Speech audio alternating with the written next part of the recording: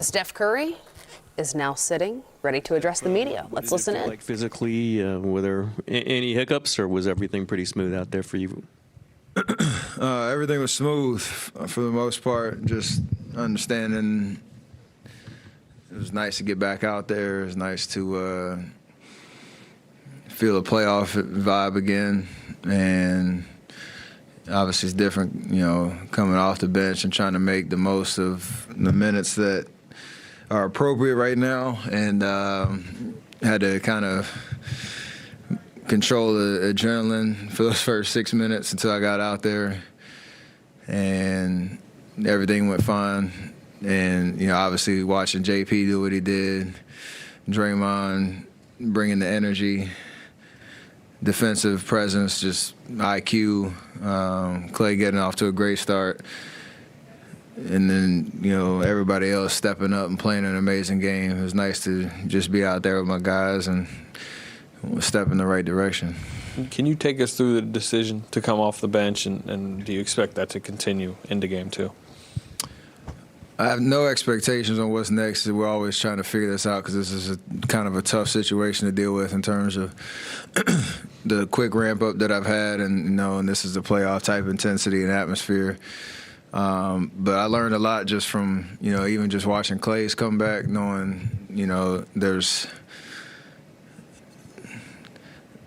a energy to start in terms of this. That's what I do. It's what I expect. But there's also like, how can you make those minutes the most impactful? And when I watched him go through it when he came back, that's a long time he was sitting.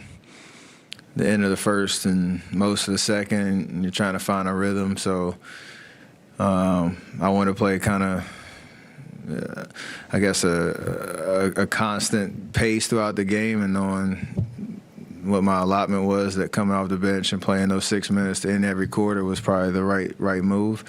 And we'll see what happens with me and Rick's conversations with how I come out the game and respond tomorrow and into Monday. Got to first say, impressive jacket, coat.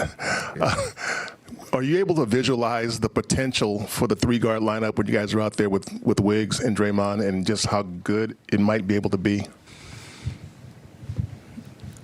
I mean, you look at it on paper, you look at what we all can do, there's just a lot of space on the floor. And a lot of shooting, a lot of playmaking. And if we can defend and rebound, you push in transition, like, it's really hard to guard us. So technically, I guess we're undersized, but you have to bring a defensive force and effort and energy, and then you can, again, just turn that into an advantage on the other end of the floor. See JP be able to make plays in the pick and roll with me and Clay spaced and Draymond setting and Wiggs slashing, like, kind of, it checks a lot of boxes off on the list of, like, what would you want for a potent offensive, lineup. So if we can do the job defensively, it puts us in a good position to make teams kind of pay on the other end. We had talked about that group for a while. I don't know if maybe played a couple minutes before this one together. Did it feel natural? I mean, Jordan came in and just went boom, boom, boom, boom, boom with you guys. Was it natural? Did it take a little adjustment? What was the feeling like? I was just playing basketball, and really it's kind of an easier transition because you just keep things simple. Like, I mean, the matchup works where you put, Jokic in a lot of pick and rolls, and then you have to have good spacing on the backside, and people don't turn the ball over, you're probably going to get a good shot. Thankfully, we made a bunch of them tonight, and the only difficulty I can see is, if you have a guy getting a hot hand, just making sure you put him in the right positions and don't overcomplicate it. And, we'll continue to grow with that group. And even if you throw Otto out in that, lineup, we have options. Andre as well. Like, we got different looks to kind of answer different matchups as we go along. How easy, I mean, it's teamwork, but how easy is it for someone like you or Clay to just say, okay, Jordan, go do it for a couple possessions here, given everything you guys have achieved? It's more just because he's capable, and you give teams a different look. Like, again, if you put him in the pick and roll, the play make, you got, Draymond in the pocket, you got me and Clay on the backside. I don't think teams have gone through scenarios where you're trying to decide who you're going to come off of. So, again, we just have to keep things simple, be decisive, play with that type of confidence in each other. JP's a part of that now, and he's demonstrated he's ready for pretty much any moment. Steph, on that note, to what extent is Jordan's play and his presence, to what extent did that make you willing and comfortable to ease your way back into that? That's a huge part of it, especially how he finished the season, the last 2 months, basically. But it's also confidence in what we do as a team, and I think it's like the third time I've done it in the playoff series coming off an injury, so I've got a little bit of experience, but it's also like just that I can hopefully provide a lot of energy when I come off the bench, but the way JP and Clay started the game offensively gave us a big boost, so we'll see how it goes the rest of the series. Steph, Jordan had that play with about 3 minutes before halftime where he came in transition and cut back and forth through the key for that layup, and you guys stared each other down. And then Andre came out at one point in the second half onto the court and talked to him, and he said there's no better feeling right now than having the vets who've been through this, support him and give him that kind of guidance. Do you sense that he's just soaking it all in and just going for it? Absolutely, that's his personality. He hadn't lacked confidence in himself, but it's also, again, trying to make sure he understands how he can influence a game, influence a series. It's nice to know, like, after probably the first 3 minutes when he got his bearing straight, that he remembered it's just basketball. It's just the same way he's been playing the last 2 months of the season and everything he's done to prepare himself for this moment. So once you get over that mental hurdle, kind of just become more free. And that play embodied it because, you just have the creativity, confidence in yourself to make a play. You don't second guess yourself, and you kind of live with the results. And we've all done it for years, and he's stepping into that now. So it's fun to see. Steph, you got it. Steph, you had mentioned the other day that a big part of the rehab process for this injury is just managing it. What does that look like for the next 48 hours? I mean, a lot of ice. It's tough because there's a balance between the rehab and therapy part and managing it, but also trying to get as much work in to get my skill set right. Because I talked about it, like the first 3 weeks, I literally couldn't do anything on my feet. And then you have a 10-day stretch where you have to be mindful of how much I'm on my feet and doing all that stuff while I'm trying to get reps in and get shots up. And Rick came up to me during the second quarter, and I already knew it, but he was just trying to remind me, like, I only had one scrimmage, and you're trying to match playoff speed and all that. Like, I've been through it, so I have an expectation. I know, like, how to do it, but it's also a reminder of the big picture of what we're trying to build towards. No, I'm trying to play for 2.5 months, so yeah, that's a tough balance, because tomorrow, like, I'd love to just go get shots up and all that, but got to clear some hurdles first. Steph, it's one game, and this is one series, so that's my disclaimer. But I'm curious about your perspective on the bigger picture. If you go back to regular season, you guys come out the gate like crazy, and so title contention becomes part of the conversation immediately. Then you're navigating injuries and all these different things. By the end of it, Phoenix is jumping ahead. There's a big gap, and the conversation around your team has changed. Did you need a game like this where you see how dynamic these guys can be together? Because you're not just beating the Nuggets, you're taking it to them in the kind of way that if you can replicate that, then you have that swagger back where there's one goal in mind. I mean, does it change the outlook at all? For the guys that have been there and understand what that journey is like, and at this stage of the season and the playoff chase, like, yeah, you start to kind of think about, like, what's next. That is because we've been there and we know there's no guessing, but it's also like a reminder that this group hasn't done it yet. And so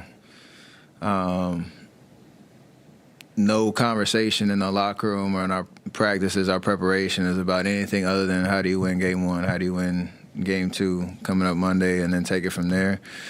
That's the only way we're going to get to where we want to go. So yes and no. Like, what about for you, though? Like, you look at the box, and you're like, I'm still finding my way back. I'm coming off the bench tonight. And you know, for you, this is a blow. I mean, you're getting comfortable. But then you took it to him. I mean, that's a pretty good sign, no? It's a great sign, but it's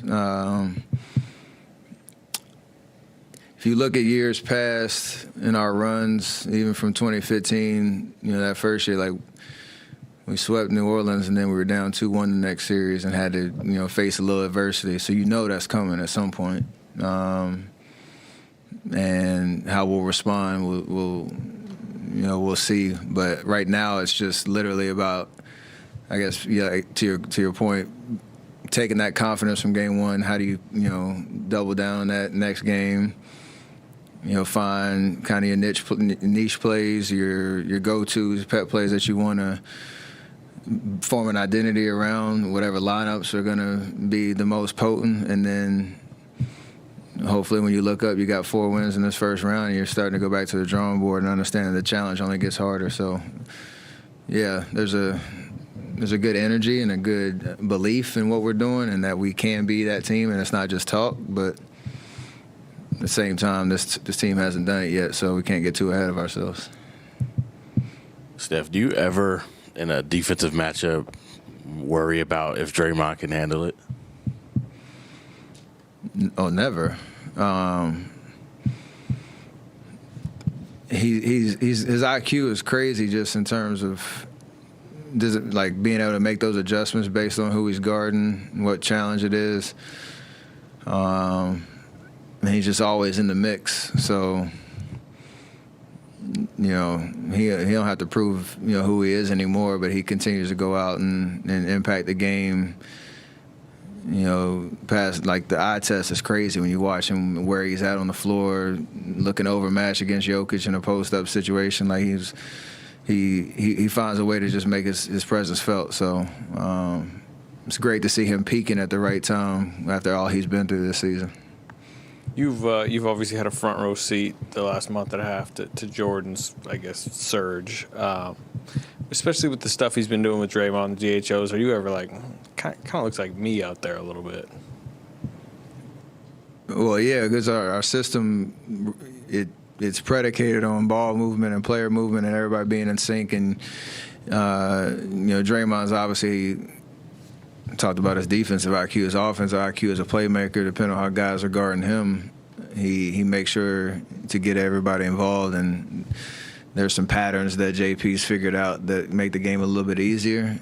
But he's also different too. He's got that shiftiness and, you know, change of speed and stuff. And he just continues to find a way to make the defense pay for how they're going to guard him. So it's going to continue to elevate from here. Steph, how important is your defense when you're going this small unit? And did you understand that this has been your best defensive statistical season? And how proud are you of that? I need that clip from him, and I need to send that to Mike Brown. Because we have this, like, defensive grade thing and some other, like, metrics that he's been Did you win Player of the Month? Early in the season. But anytime he comes at me with some pointers or whatnot, I'm going to play that clip for him, let him know that I'm here. Appreciate you. You got a nickname for that closing unit yet? No, that's y'all's job, right? It's your job. I did it once. I don't know. Yeah. See, it's hard to keep doing it over and over again. Yeah. It's hard. It's hard stuff we all do, right? Absolutely. Steve said Draymond was clearly, like, wired, and it was very important for him to get to game one. Did you sense that he was, like, on edge and beaming for, playoffs, get back in the playoffs? For sure. And this was an interesting week because you finished the year strong. He played a couple of back-to-backs to get his body going, and then you got to wait 6 days while the playing tournament's going on, which was obviously fun to watch, but you get sick of. I think I might have been the only one that. I think I said it yesterday. I was the only one that enjoyed practice because that was my only time to get reps in. Everybody else is coming off that end of the year good stretch, and they just want to keep playing and get back out there. So yesterday's practice was kind of funny because it was preparation, but everybody was kind of pissed off. That was another day to have to wait, and today was just a different vibe, knowing the game was here and we had an opportunity to go out and just compete and enjoy a playoff atmosphere again. So Draymond definitely brought the juice today, and we'll need more of it. You know, I got to ask you about the shoes. You pulled out the Curry 6s from 10 in the town. That was obviously a tribute to my high school, correct? Obviously. What was behind the motivation for pulling out the classics? It was that. It was knowing we hadn't been in the playoff series since Oracle, so kind of passing the torch off. But there's also some tech stuff in the shoes for my foot just to kind of make sure I was in good shape. So I was like my Forrest Gump. I just trying to learn how to run and walk again situation. It was great. There were some great moments, and like I said, it's still a young building and environment, and you're trying to find its identity. But it was loud at times, and we went on some runs. There was a moment, I don't know if it's the third quarter, fourth quarter, I can't remember. Probably end of the third. I think we got up to like a 18, 20-point lead, 18 or something like that, and GP got fouled on transition. And it was almost because the lead was so big, you lose like the anxiousness of the moment, and that's where you remind yourself, like, this is a playoff game. Like, this is, every possession is important. I started pointing at the scoreboard, like trying to get everybody hyped, knowing that you got to build on that momentum every game to create that home court advantage, and it's been great. So.